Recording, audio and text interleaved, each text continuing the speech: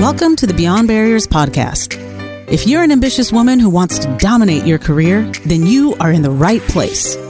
This podcast is co-hosted by Nikki Barua, digital innovator, serial entrepreneur, author, and speaker, and Monica Marquez, ex-Googler, diversity expert, and senior corporate leader.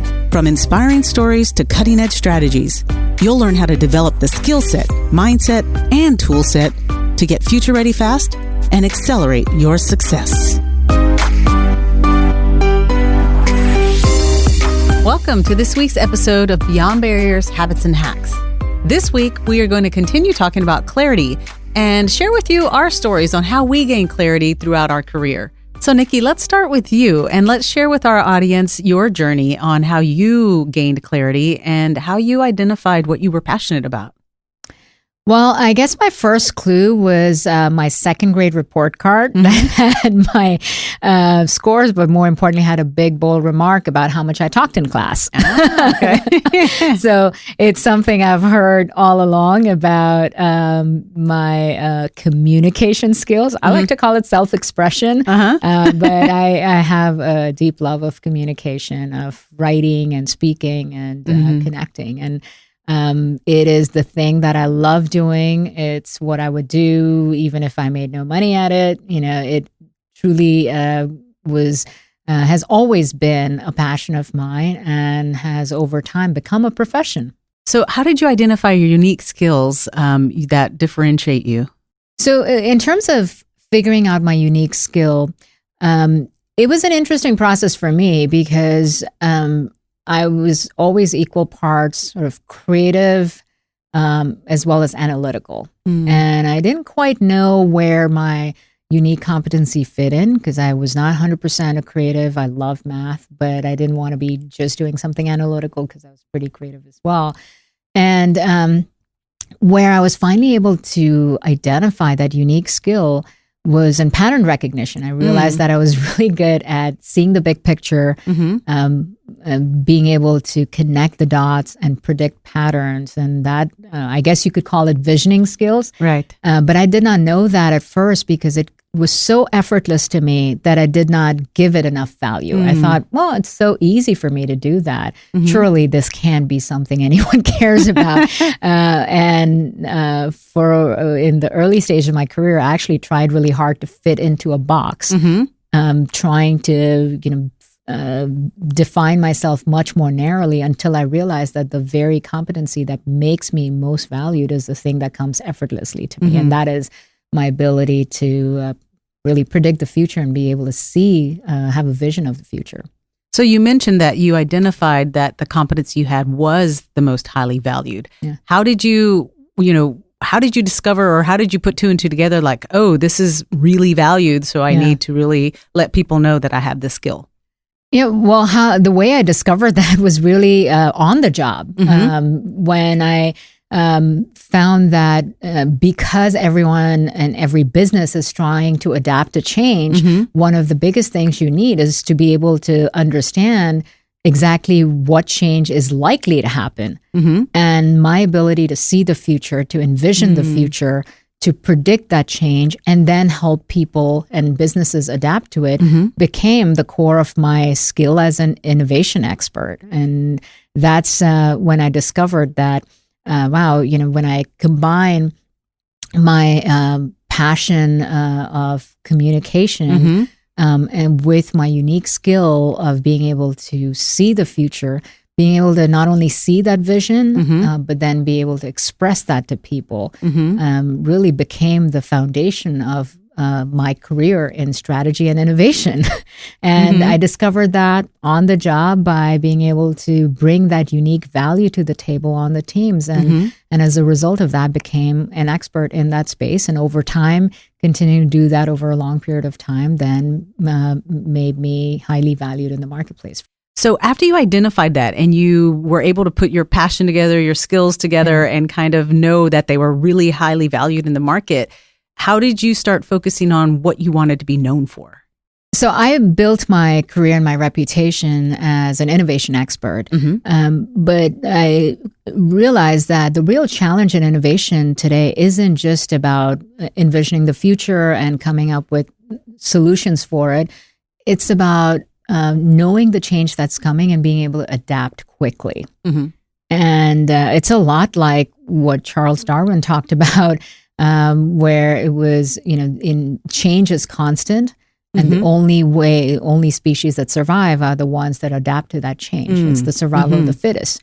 Well, I realized that it's no longer about the survival of the fittest, it's survival of the fastest, because change is happening so fast that if you don't get ahead of that, you're going to get left behind. And what I realized I wanted to focus on and what I wanted to be known for is to help people and organizations not only predict the change and adapt to it, but adapt to it fast. And so I really think of myself as Darwin of the digital age, being able to not only help people see the change that's coming, but adapt to it very quickly. So as Darwin is the digital age, how do you accelerate what you want to be known for? How do you get people to understand what you have to offer and helping them accelerate? In order to accelerate what I want to be known for, it's really about finding the biggest platform and reaching the most people. And so my passion came in handy here about communication. So being able to speak to large audiences, being able to write, author books, being able to connect with people that are struggling with the change and helping them find the solution. That really what I discovered, what accelerated the opportunities for me was to find the biggest platforms and the largest audiences to be able to do that. Right. So casting the broadest net and sharing your message. Yes. So your journey really entailed you identifying that passion of yours for communication and leveraging that skill set of vision that you have of being able to forecast, and then taking that and helping companies and people innovate. And then ultimately then, cascading that message as broadly as possible in various formats of communication, whether it was written, spoken, or just, blasted on all kinds of media. Yeah, and that's really what helped me gain clarity and become known as Darwin of the digital age. So Monica, let's talk about you now. Share with us your journey of gaining clarity, and let's start with, how did you discover your passion? So my journey, it probably started similar to yours at a very young age of really understanding that I loved all kinds of puzzles and trying to solve all kinds of problems or trying to fix things. I was the one who was always, just trying to take things apart and put them back together. Or if something was broken, like, how could I fix it? Or maybe if I broke it, how can I fix it? But then there was a lot of just creativity in that I wanted to discover. And so just puzzles and problems and hacks, I was always really passionate about those things. And yeah, I was from a really young age, as young as I can remember. So then how did you discover what your unique skill is? It probably came out of that problem solving. A lot of the times I was, if someone would say, oh, here's this problem and you have to solve it this certain way, I was always trying to think about other ways, like creative ways to maybe solve it. And a lot of the times it wasn't because I was trying to go against the grain or whatnot, but maybe I just didn't have the resources or the tools that you needed to solve that problem in a certain way. And I, quickly learned how to be extremely resourceful. Reminds me, even, at a young age, one of my favorite shows was McGyver. And I always marveled on how, he could take a candlestick, a needle, and a rubber band and figure out how to get out of a, sticky situation or figure out how to fix something. I was very resourceful in that way. So I learned really quickly that my creativity and resourcefulness was actually a skill that I could use in order to, be successful. All you need is a paperclip. That's right. All I need is a paperclip. Yes. Awesome. Well, so how did you then discover what your unique skill is that's most valued in the marketplace? Because your passion for puzzles and problem solving, and then your unique skill in being very creative and resourceful, how do you then get to the next stage of figuring out what is it that's most valued?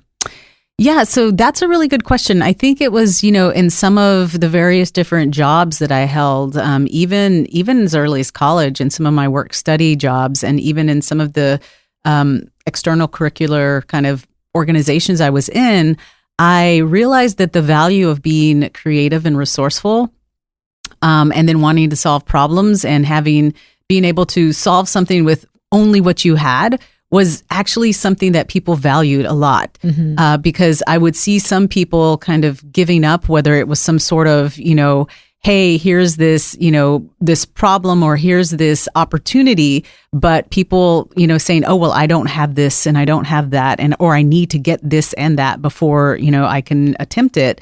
I was always thinking about, okay, what do I have in front of me that I can use to kind of do that? So is that concept of pioneering, or trying to solve something and just moving ahead with what you had, and being very kind of creative in adapting and just finding alternatives. And so I learned really quickly that was something that not a lot of people had, because of that, sometimes people needing A, B, and C, and not being able to think about, well, maybe you can use, You can X, think Y, of and it Z. as a whole different way. Exactly. Yeah. So, and that's really so much of your career has been built on pioneering very unique programs, very unique solutions that hadn't been done before. And you made it happen with whatever you had, no matter what your resources were, no matter what the challenges or barriers were.